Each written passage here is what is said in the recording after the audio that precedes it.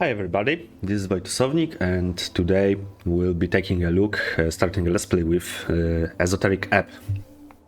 So this is a game kind of like Disco Elysium, which I really loved, so I think it will be right up my alley. And I don't know much about this game. I started one test playthrough, but I spent about half an hour in it. So we'll be going to this game mostly blind. I only know that we are playing as a cleric here. And for this playthrough, I thought we'll be making a character that will lean into charisma most and very low intelligence. So I really like that each of the attributes here has an extensive lore here. So basically, we'll be maxing out our charisma, and we'll be proficient in it. And the charisma is like for this playthrough, my character archetype, I want to lean into the trope of being like this all for yourself, egoistical, not really just a good type of cleric, but more to the opposite, more on the evil side. So, from the description here, the cleric with high charisma has arguably sociopathic and has no soul. Votes for whatever makes him popular, was socialized as a child, knows what to say to win favors, can actually flirt with some buddies, loves to mind control people, sees truth as a suggestion. So we'll go with that. For our second best attribute, I think we'll lean into dexterity a bit. Maybe 12. So dexterity in this game it's like for stealing a bit, becoming rich as a Republican revolutionary, will be good at running away. And what about what more? Acts first in every encounter, avoids trouble before it brews, always has a witty reply, looks out for himself, takes big risks and wins every time. So we'll go with a bit of dexterity, and I would also want to be proficient in it. But we'll also have a bit of strength. So strength here is not only the physical strength, but it's also like the manliness of our hero. So he votes for the party of Norvik, prays to his dead god, uses brute force on puzzles. I like that, because we'll be having very low intelligence, so we need some other way to win at various encounters and challenges that we'll face. Punches big bad evil guys in the face, wants to become a real human hero, loves quests, simple as. So we'll be pretty high, maybe. I will decide between strength and dexterity, which I want a bit higher. But I also want a constitution to at least be 10. I know this game is inspired by D&D, and you can see that from these attributes. So constitution is never a good dump stat. The dump stat in D&D. I don't want to die very quickly.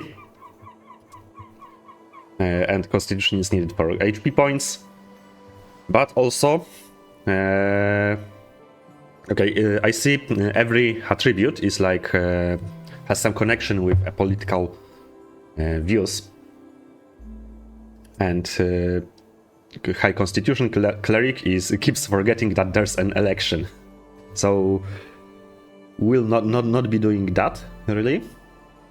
Yes.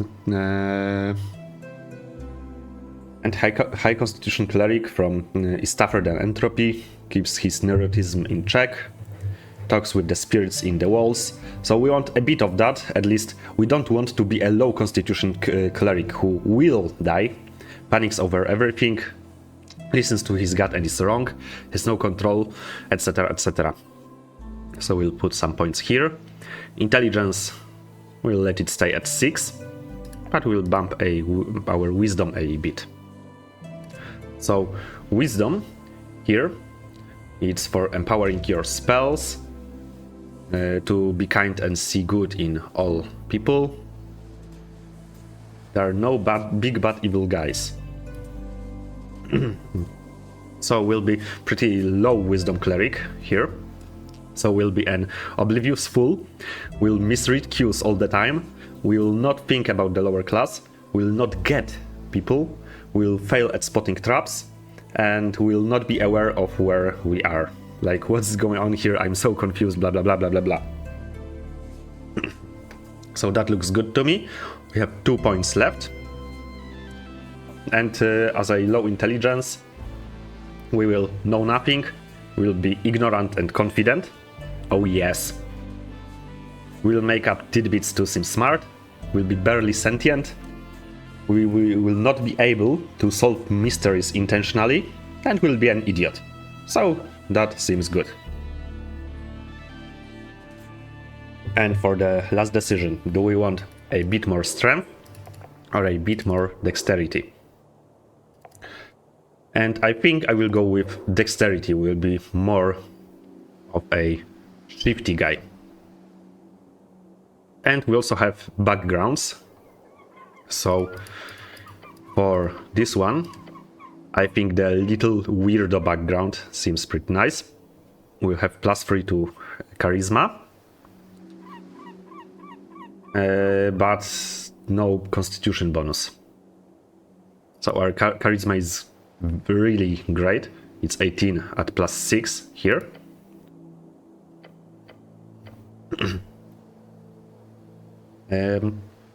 And little weirdo, you are a novelty to them, the boy who would do or say anything for their attention, for their approval. After 2 or so years, you got quite good at it. So I think it fits really nicely with this archetype of some like character who will be pretty egoistical. So, he does what he thinks is best for himself, and will just be lying to other people to get what we want. So I think that's all for that. Let's start.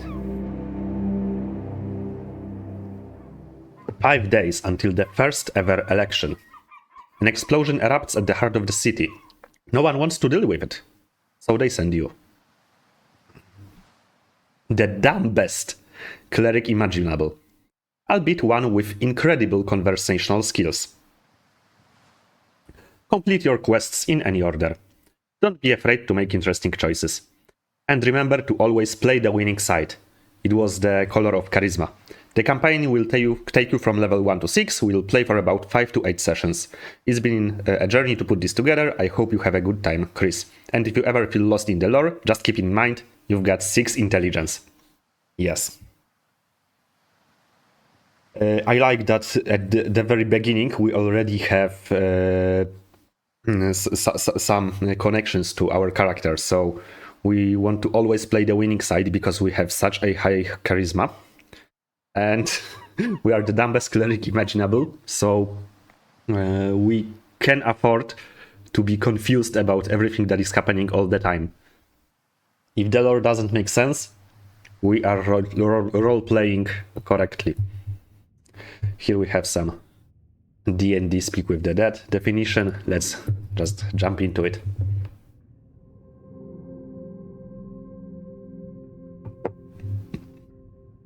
There is some drop here, some wisp. Jor. The truth and nothing else, voice declares. What is your name? Intelligence. We already failed our first check for DC 8. We have 6 intelligence, so we failed. We don't know our name. Right, your name is one of those Norwegian names.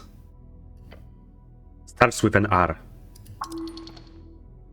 Ragn, is that it?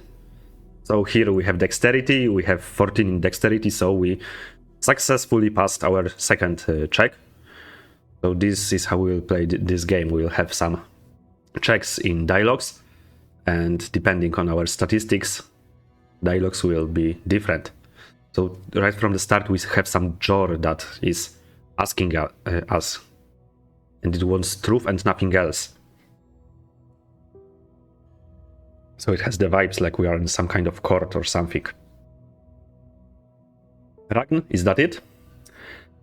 Don't think you're called that very often. No, you are not. Which is quite embarrassing when you think about it. We have some options here. I think I will say Ragn? Doesn't sound right. Of course not. For you are the cleric. Please stop yelling that all the time. Hey, respect. The helm. What? You are often referred to as cleric. Oh, and we have 8 wisdom, so we just barely passed that check. So my name is... Yes, speak it. My inner contrarian wants to stay silent here. You say nothing. Another question from the darkness. What is your occupation? What is this? An interrogation? Let's look around. It's more than darkness. It's nothing. All around you. So we are not perceptive enough to see what is around us. What is occupation in this context? It is for sure about your job. You know, the job. Your class. Tell the voice about your class. I have very important job to do, or what class am I? Let's, for now, just try to remember what class are we. Upper class. Not sure any answer is good here. Yeah, Constitution just tells us upper class without thinking. Just go with whatever works in the moment. You're a high-class scoundrel. The best of the best. You're awful. At everything. So, I see here we have 3 options here. We can stay silent, so it's probably just the default. But we can go with the dexterity suggestion and say we're a sneaky little rogue. Or we can say we can go with a failed constitution suggestion and say we are awful at everything. Maybe let's go with that. I'm awful at everything. Probably shouldn't say that out loud. Putting yourself down is not a great way to get people to love you. Unless you're very manipulative about it. It takes a while before the next question is posed. What is your current goal? Goal? It would be nice to get out of this dark pit for one. I agree. The Goblin Chieftain. She needs you. Goblin Chieftain. Okay. Maybe let's push back a little. Why all these questions?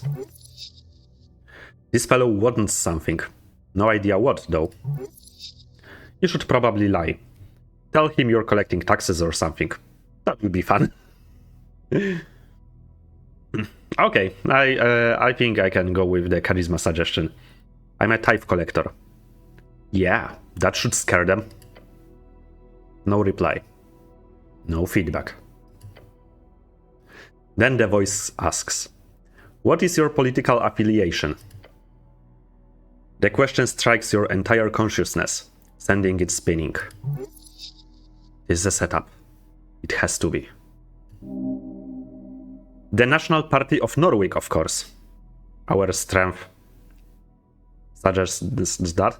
And in the character creation screen, there was information that the high-strength cleric works for the Party of Norwich or something like that. It's the Asgalists. Yes, they are decent. Probably. Possibly. We've moved beyond the bounds of dictators. We are freer to make our own choices, thanks to the revolutionary freesiders. So, dexterity is like a... as I'm getting a vibe of just libertarian free marketer, something like that. And wisdom is more on the leftist side, like the People Party. Strength would be the totalitarian, I guess, government. Constitution. Elections are exhausting. Yeah, Constitution forgets to go to the elections. Charisma is apolitical or just wants people to like them. And I think that's all possibilities. Ah no, sorry, yes, intelligence. I don't remember that. Okay, so maybe I don't know any of these words. Don't worry, it doesn't matter. Just say whatever you think will be the most useful to you. And I think you know exactly what that is. I'm apolitical. Perfection. No one can get mad at you. And everyone will love you. The voice is fading. This is the end. The final question. How did you die? Following your convictions. Now's your chance. Break free. So, we can address the question and say, I fell into divinity. She took me whole. Maybe that's some foreshadowing about why we die. I died when he died. Stay silent until the darkness ends. Or I am not dead. And we'll go with that one.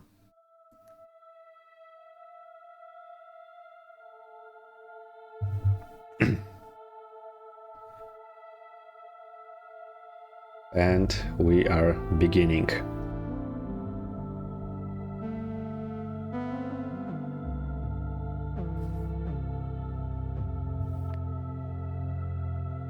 Yeah, I heard this game is very similar to Disco Elysium, and I am already getting that vibes. There is something in your own mind speaking back to you in those games that is really charming. And the writing, as far as I checked that, it seems very good too. Have some watch that is slipping out of our hands as we are drowning, falling down some kind of abyss. I wonder if there will be some time loop in this game. Or what does this watch mean?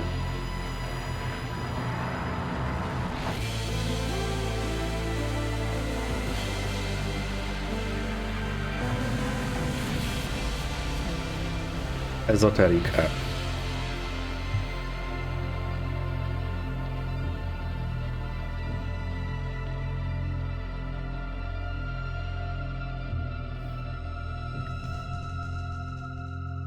Oh, some critter skittered away.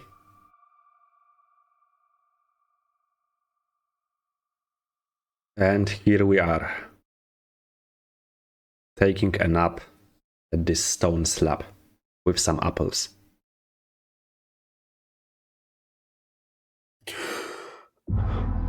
Day 1, March 22nd, 7 PE. I don't know what is this PE yet. A fresh start. Get up. Your body aches. It's stiff, as if you've slept for days. Don't sleep in the armor, Dumbas. A true man always does. Ready for your glorious quest to continue. We can click on the quest to get a DC from strength, so we know what a quest is. So a quest is a task performed by a cleric on individual or professional adventurer. Okay, so let's check your stuff. What stuff? Your hand starts to dart around your pouch and uniform. Panic. Sweat. No spellbook, no mace. Face it, you've been robbed. Your legs shake. Tears begin to form. Deep breaths. Your belongings are surely here somewhere. So let's look around us. Where are we? A circular stone chamber. A storage for apples and corpses. What? I see. Apples and corpses. Get the fuck out of here now. Okay, what was that about this quest? Oh, and we healed a bit. So on the right we have our HP bar. We have 5 out of 7 hit points. Oh yes, a quest. Strength is already getting excited. You're on a quest to save the city. Urf be blessed. Who is Urf? DC1. See, he's my god. Okay, that's pretty obvious, so that's why we have so easy check. Basically unfailable. Because we couldn't go lower than 6 on any of our attributes. We have the, I think, throwback to Disco Elysium. So in Disco Elysium we start with amnesia, and here we can ask if we remember everything. Maybe let's go with that. Not sure. Do you have some sort of amnesia? Your thoughts are scattered. So we'll probably be seeing a lot of that. Wisdom and intelligence failed. We don't know anything. But your mind is fine. Okay, but what's the quest again? You got a job. The tea shop job.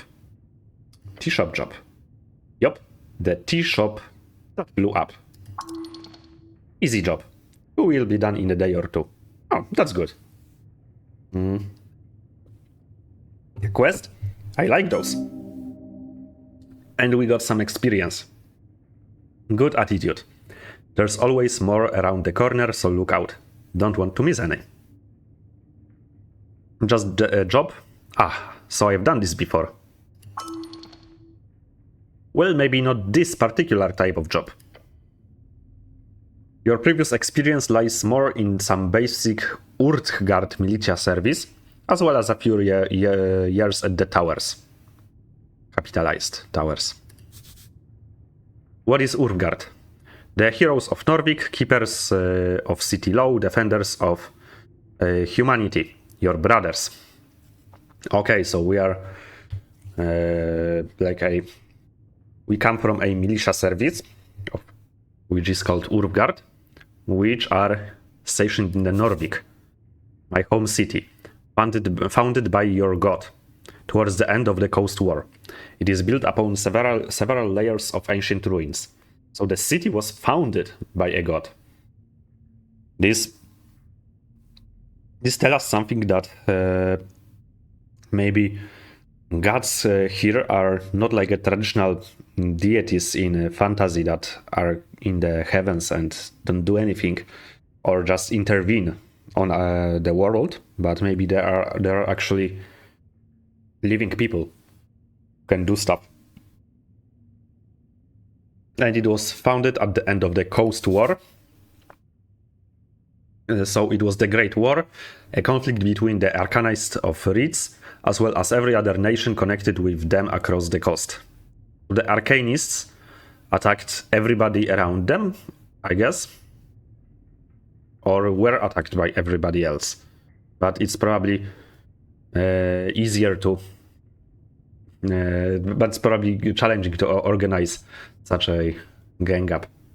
But not impossible, as our history shows. A horrible waste of human lives, which claimed millions of lives. There was no honor in this fighting, that you know. I noticed that I can also click here on human. Human. Tall and beautiful like yourself. Known as the pest of the coasts, by those who are less inclined to reproduce like rabbits. So I think it's a popular trope also in fantasy that the strength of humans is that they dominate every other sentient race because they are just reproducing very fast. While not having any talents, they are a bit versatile, but most of all, there are just many of them. How much time do I have? Until the election. Duh. Which is in 6 days. Great. No, it's not. What the hell? It's in 5 days. Thank you, Dexterity. Depends on your definitions. Definitions of what? Time? The Patriarch was very clear. Handle the tea shop before the election day. You must honor this request and complete this quest.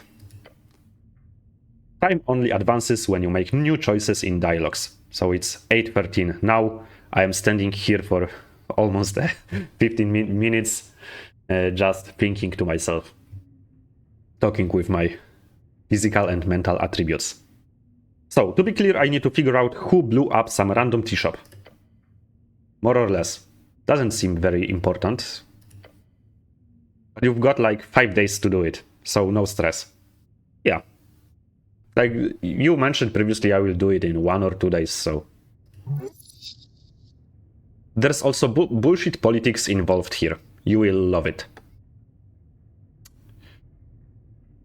Okay, can I think about this first? Time is limited. It's just a lot to... Oh, fuck. You feel dizzy. And my constitution sabotaged me. Like, my dexterity told me that I have plenty of time, but my gut is stressing about that. So I took 1d4 damage, which was 3. I am almost dead already. The weight of the Urdguard uniform. A dull pain takes hold. Your body aches. Its contents rotting. You must consume an apple. Now. There are many apples here. And corpses. Corpses? What the hell is this place? Just take it easy. You might have failed at getting the first 200 or 300 people to like you, but you've got 500,000 of other folks to fool in this city. And this was quite a challenging check. So we need charisma of 16. So basically almost maximum, if not counting the background bonus. Plus proficiency. No. Proficiency only adds the bonus. Okay. It is with utmost confidence that you know, eventually, someone has to love you.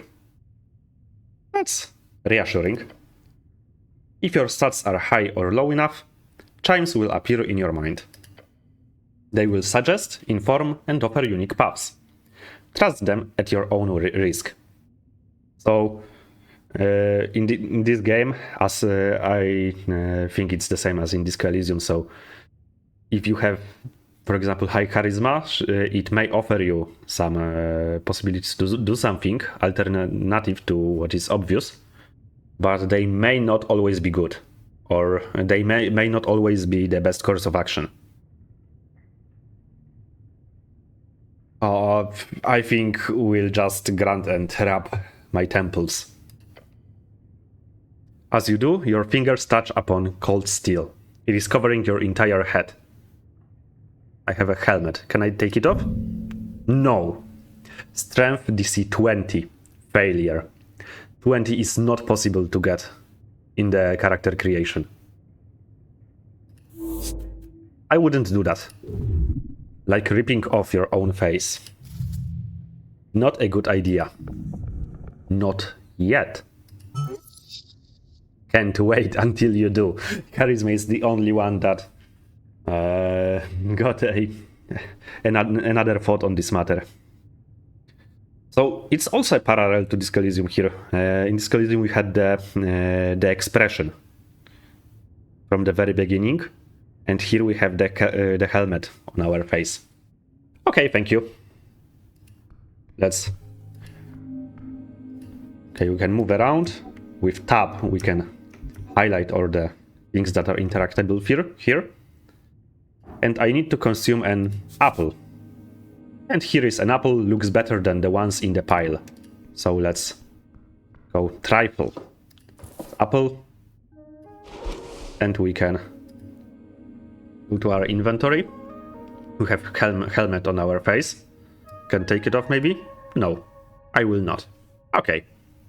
Practically your face, do not take it off. Garden apple, an apple grown on tall stand, the colors ripple blah blah blah. Consuming it will save your soul. Plus 1 HP. Consume. Okay, we are less on the brink of death now. And here we have what? This isn't yours, is it? We have our first piece of equipment. Tattered cloak, plus dexterity, minus charisma. The cloak is sprawled upon the iron slab. As you grab it, you immediately feel the dampness spreading into your gloves. Oh! And Urfgard cloak add-on. It has been ripped to shreds at the base, but you could still use it. It was ripped. So maybe that's connected somehow to how we died. Or not died. Ended up here. Please don't put it on. This thing is disgusting. Let's wring out the water maybe first. A filthy liquid falls on the floor of the stony chamber. It's still quite wet. Weight it in your hands. It's heavy. Should I wear this? No? Of course you should wear it. A hood is a perfect tool for any decent rogue and or ne'er-do-well. So what if it's a little damp? You have to wear it. But I'm not a rogue. Sorry, the word I am not a rogue is not in your vocabulary, actually. Please rephrase. That's not one word, though. So pedantic. You reach for your fancy red pouch of holding. The cloak easily slips inside into the extra-dimensional space with a satisfying... Gus, I can fit so many items in this thing. Yes, you are very lucky. Of course, you don't truly own this patch of holding. It's property of the state. Treat it as such. I imagine Strength will have this like guttural voice. Very serious. Shut up. It's yours. You can do whatever you want with it. Now go put on your cloak and rob some people, reallocate some resources. Equipping items temporarily alters your ability scores. Okay. So, here we have some neighbor and some vase. Vase of leaves. Smells lovely. Have some incense here. Let's take that. What's this? Incense.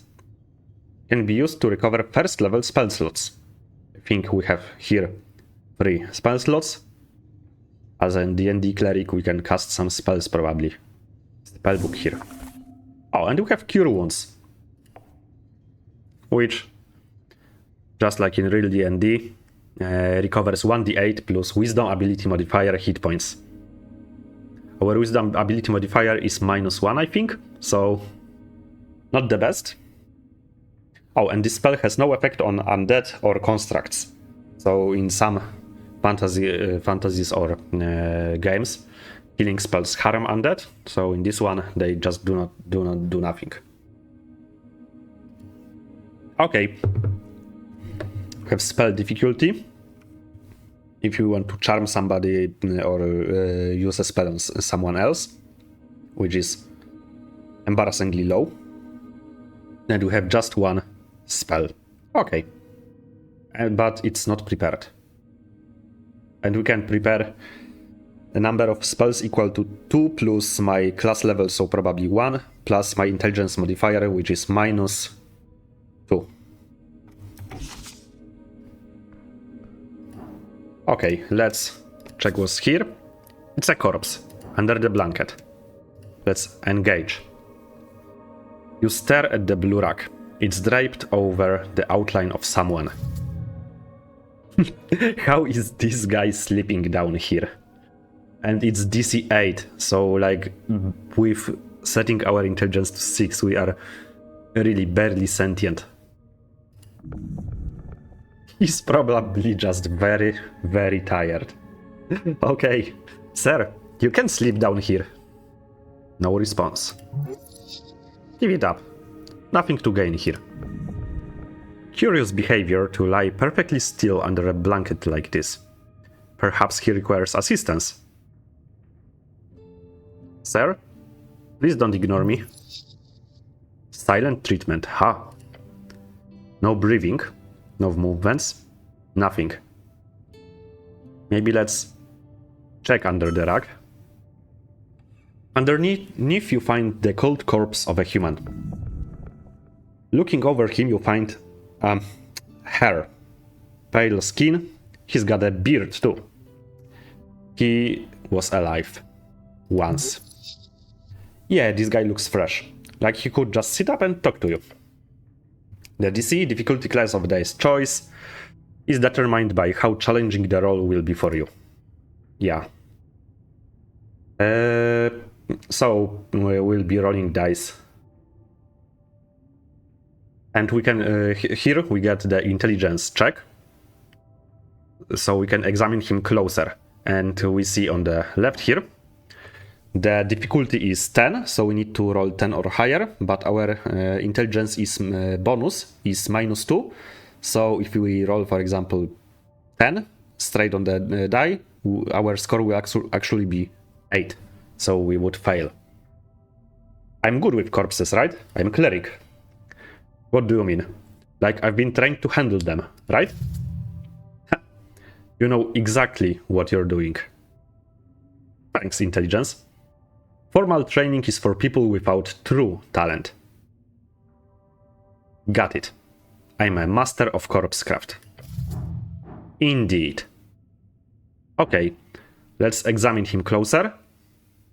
Oh, and I see that the DC dropped down.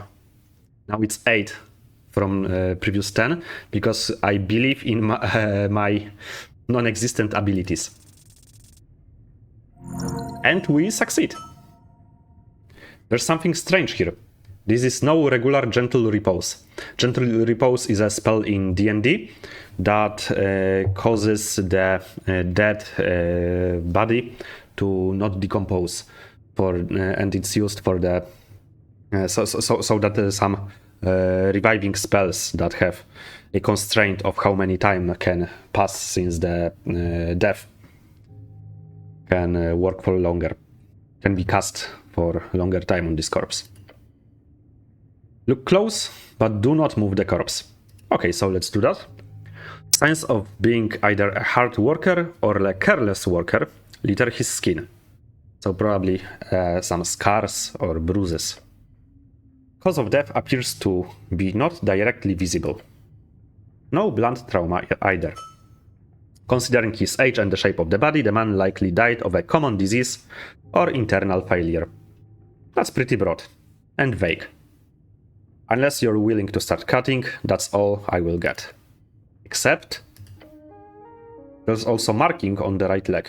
A circle with a cross inside it. Oh. 300 pieces added. So that's probably some quest or entry in journal.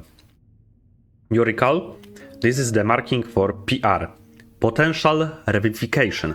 Revivification. Alright, so this guy can be revived. Seems so. He most likely died during care and was granted immediate gentle repose. However, he clearly did not have an RF, Revive Fund.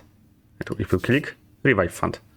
Nor did he have family members with enough ready cash. Or perhaps he was just an unlikable fellow. Who knows? Fair enough.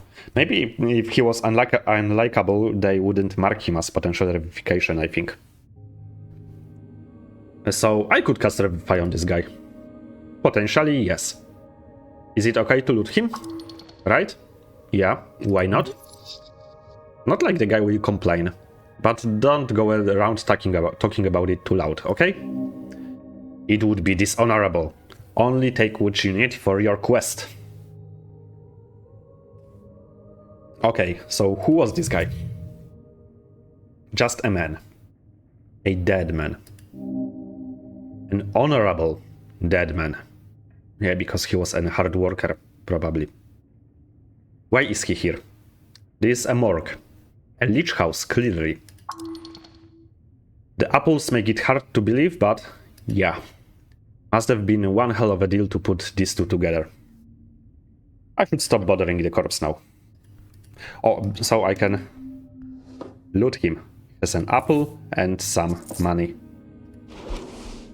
Apple from a corpse. I will eat that. Add crowns, Urf crowns, blah blah blah. The official currency minted in Norvik's Riksbank. These silver coins are most valuable along River Torna, as the Norwegian River Ridge offers its support in trade and general commerce. So some tidbit of world building here. Have some dude here. Standing, and some shrine probably. A divine shrine covered by apples. The runes fill your senses as you approach. The color is faded. This monument is hollow, void of all life and divinity. And worse, it's covered in rotten apples. A sacred shrine left in this state is an insult to Urf and all of his people. Indeed. Yet you are very much aware that this is not the worst you will see. You will have to fight hard to keep Urf's dream afloat. This city is lost, but is not yet lost. How poetic! You're also aware the city is very much in need of change. Change from what? An honorable lifestyle? A peaceful city for humans to prosper in? Change from the stagnation of and a mire of decay. Urf crusade brought triumph. The corruption brought after his fall is due to exactly that kind of filthy rhetoric. So Urf is my god, was on a crusade, founded this city, and after his fall, so my god died probably or failed.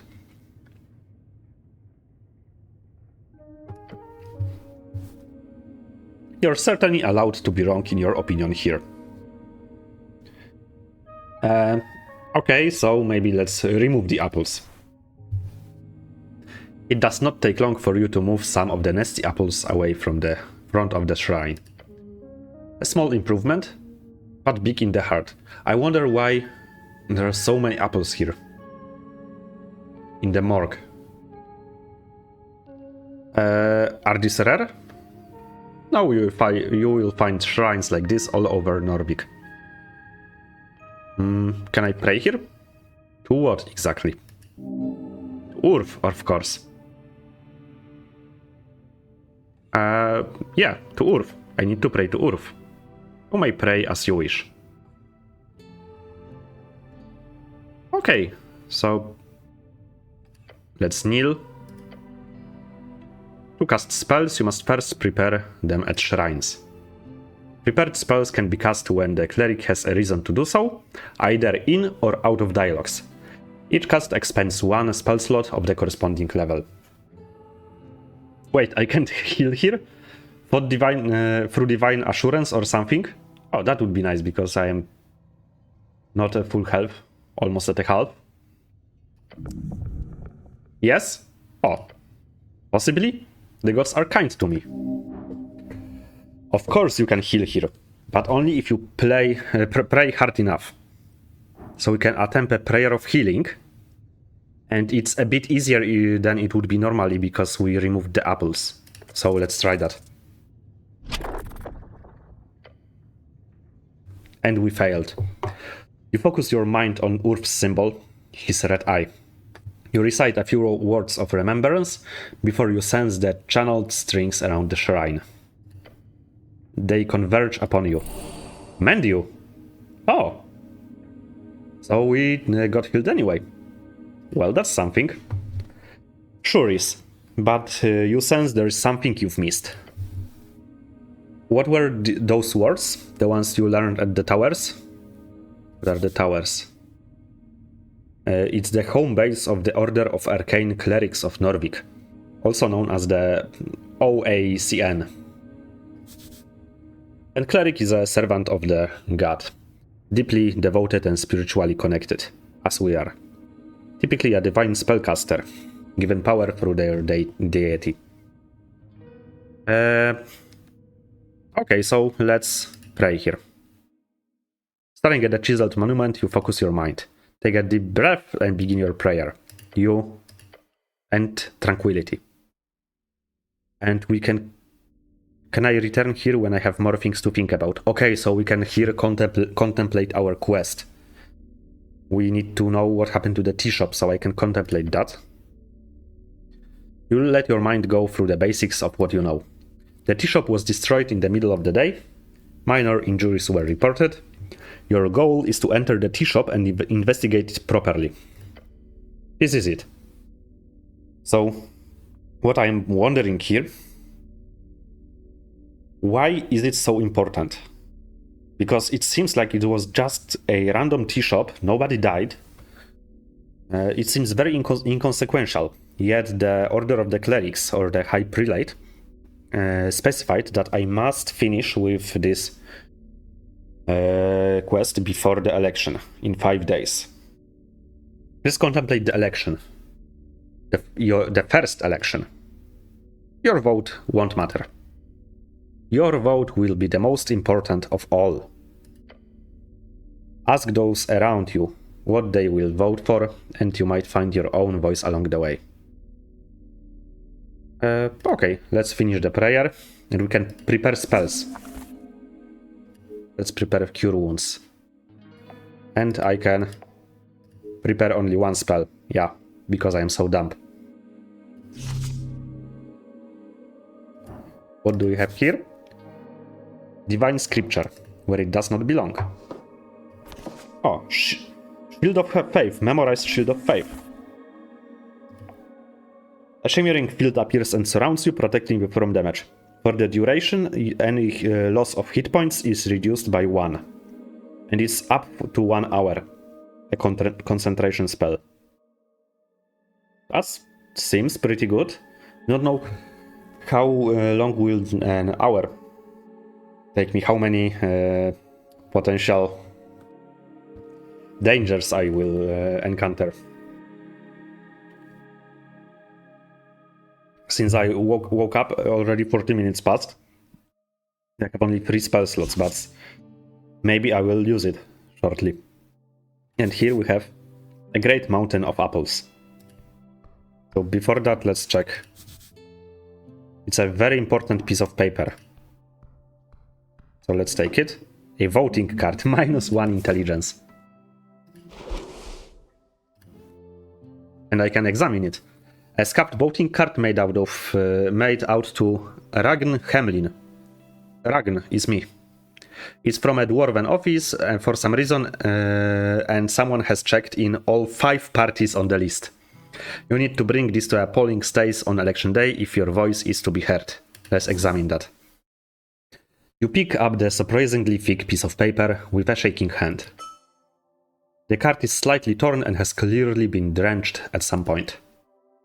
At the top it says Roskord in big bold lettering. Roskord means voting card in fancy Askani Dwarven. Askan, one of the 8 bands along the coast. It's a cold mountainous realm. It is your home. Also referred to as Askani.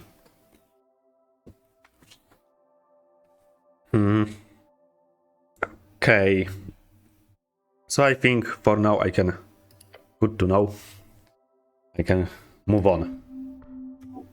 What else do we have here? We have another good looking apple. Let's maybe take that. We can go upstairs. Let's check this mountain of apples. A pile of apples. You stare at a pile of apples. Walk away. If you know what's good for you. Why is Charisma so scared of those apples? I mean, they're rotten and Charisma has a sense of style, but...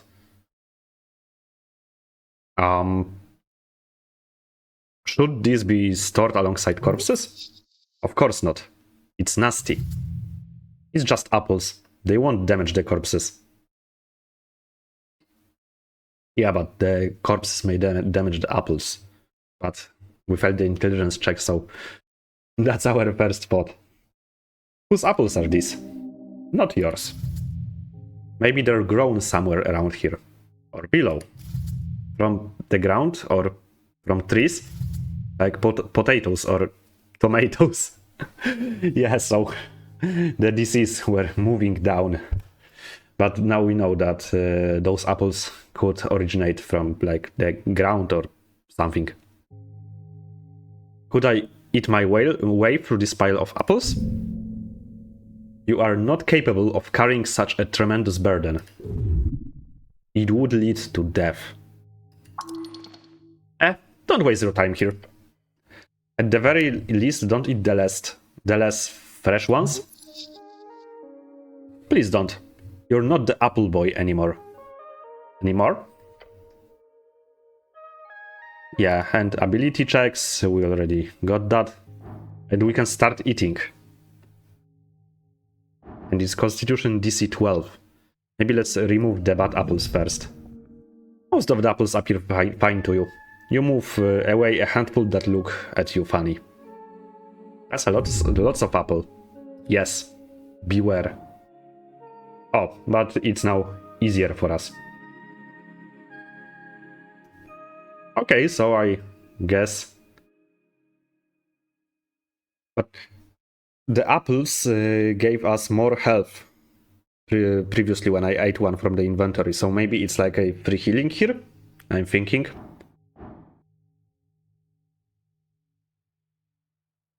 Okay, let's start. Let's try. You look upon this challenge with determination. Your stomach is empty. Dig in. Yeah, I healed and voided. Digging in, the first apple goes down the hatch.